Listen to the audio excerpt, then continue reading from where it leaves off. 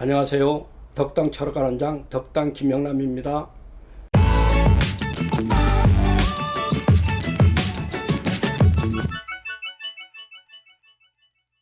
오늘 강의는 말이나 행동을 보고 사람을 알 수 있는 상법에 대하여 말씀드리겠습니다.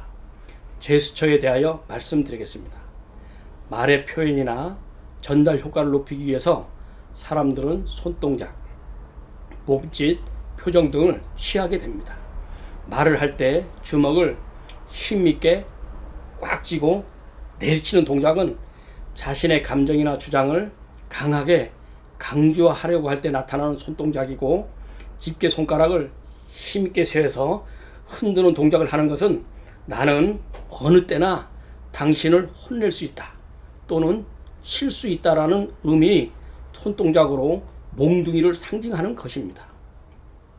또 집게 손가락을 힘있게 바짝 세워서 송곳처럼 찌르는 듯한 행동은 자신의 주장이나 방침 등을 끝까지 관철하겠다는 의지를 강하게 표출하는 것입니다.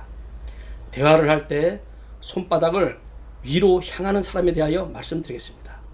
대화를 할 때 손바닥을 위로 향하게 하고 대화하는 사람은 상대방의 말을 진심으로 듣는 것이 아닙니다.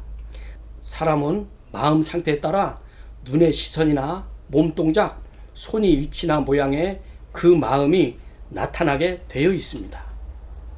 인간은 진지하거나 진지해지면 진지해질수록 더 강한 시선이나 표정, 동작이 나타나게 됩니다. 예를 들어 사람이 화가 나거나 자신의 뜻을 강하게 관철시키려고 할 때는 손가락을 삿대질 하듯이 내미는 동작이나 주먹을 힘있게 꽉 쥐는 동작을 하게 됩니다. 상대방의 말을 진심으로 대할 때는 손바닥을 바르고 단정하게 무릎 위에 올려놓거나 주먹을 쥐는 행동을 하게 됩니다. 반대로 손바닥을 위로 향하고 대하는 사람은 상대를 거짓으로 대하는 것이지 대화에 집중하는 것이 아닙니다. 이런 사람은 대화 외의 다른 일에 마음이 가 있는 증거이므로 더 이상의 대화는 아무 의미가 없는 것입니다. 다리를 꼬고 앉은 사람이 허공을 차는 듯한 동작에 대하여 말씀드리겠습니다. 대화 중에 다리를 꼬고 앉은 사람이 허공을 차는 듯한 동작은 대화의 실증을 느낀다는 뜻입니다.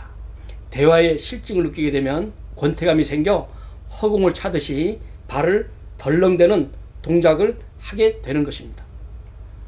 대화할 때 허리를 구부정하게 구부리는 사람에 대하여 말씀드리겠습니다.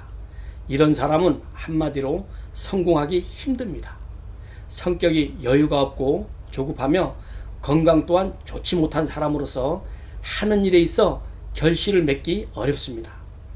허리를 구부정하게 구부리고 말하는 사람이나 말을 할 때 몸을 흔들거나 다리를 떠는 것이나 발가락을 꼼지락꼼지락 대는 사람들은 모두 진중하지 못하고 인내가 부족한 사람들로서 자신의 복을 내쫓는 사람들입니다. 이런 행동들은 보기에도 흉하지만 상식적으로도 맞지 않는 것들입니다. 이런 행동을 하는 사람들은 대체적으로 마음씨나 행동이 음흉하고 음침하며 거짓말쟁이가 많습니다. 이런 사람들은 현재 아무 문제가 없다 하더라도 점점 나쁜 운을 맞게 되어 결국에는 재산이 흩어지고 고독한 팔자가 되기 쉽습니다. 사람들과 대화를 할 때는 점잖고 무게가 있어야 하는데 태연히 앉아있지 못하고 벽에 기대어 앉거나 방바닥을 짚고 몸을 의지하여 앉는 사람에 대하여 말씀드리겠습니다. 이런 행동을 보이는 사람은 체력이나 건강이 좋지 못한 것으로 어떤 일을 제대로 해야 할 상황이 아닙니다.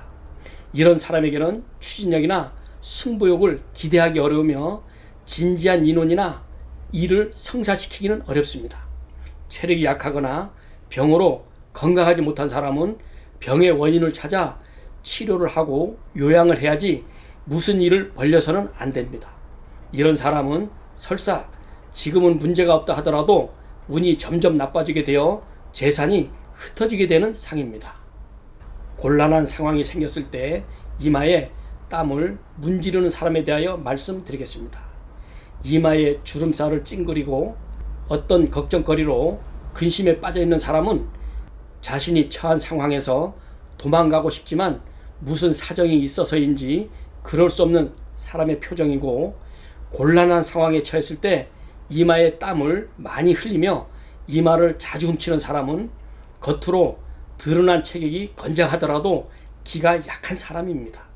이런 사람은 자신감이 부족하며 겁이 많게 됩니다.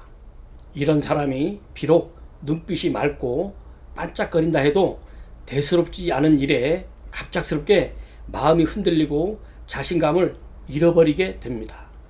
위급한 일에 부딪히게 됐을 때 실제로 의지하기 어려운 사람이며, 막상 불안한 상황이 되면 자신만 살려고 쉽게 사람을 버리기도 합니다. 평상시 손톱을 깨무는 사람에 대하여 말씀드리겠습니다. 평상시 손톱을 깨무는 습관이 있는 사람은 필시 초조, 불안, 불만, 고독 등이 있는 사람입니다. 반드시 불만족스러운 그 무엇이 있기 때문에 손톱을 물어뜯는 겁니다. 이러한 사람에게 따뜻한 마음으로 다가서 친절을 베풀어 준다면 진심을 털어놓고 우정을 나눌 수 있는 깊은 친구가 될 수 있을 겁니다. 낯선 사람들과 마주했을 때 처신하는 방법에 대하여 말씀드리겠습니다. 이럴 경우에는 그 사람들을 응시하듯이 오래 쳐다봐서는 안 되며, 무시하는 느낌이나 행동을 해서는 절대 안 됩니다. 사람을 쳐다보더라도 그 사람들이 알아차릴 정도만 쳐다보고서는 재빠르게 눈의 방향을 다른 데로 돌려야 합니다. 이러한 행동은 나는 당신을 보았습니다 라고 눈으로 말한 다음, 그러나 나는 당신들의 감정을 건드려 화나게 할 마음은 전혀 없다라고 덧붙이는 메시지입니다. 모르는 사람과 마주쳤을 때 상대방의 눈을 힘주어 응시하는 것은 절대 안 됩니다. 사람들이 상대방의 눈을 힘주어 응시하는 것은 기세를 제압하려고 할 때 나타나는 동작이기도 하지만, 거만하고 무례하며 상대방을 멸시하는 그런 태도이기 때문에 낯선 사람들과 같이 있을 때 이러한 눈을 힘주어 응시하는 눈빛은 예기치 않은 싸움이나 화를 입게 되기 쉽습니다. 말을 할 때 몸동작을 크게 하는 사람에 대하여 말씀드리겠습니다. 대화를 할 때 몸짓, 손짓, 표정 등이 제스처를 크게 하는 것은 자신의 말을 상대에게 전달하기 위해서 나타나는 동작입니다. 일반적으로 제스처를 크게 쓰는 사람은 양적인 면이 강한 사람들이 많기 때문에 이러한 사람은 고집이 세고 자기 중심적인 성향이 강합니다.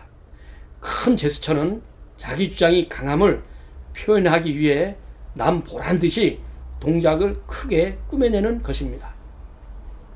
평소와 다르게 몸짓이나 손짓, 표정이 큰 제스처를 보일 때는 뭔가 자신의 뜻을 상대에게 강하게 주입시키려고 하는 동작입니다만, 능숙한 관찰자는 겉으로 보이는 것에 속지 마시고 깊은 곳에 숨어있는 진위를 읽어내야 합니다.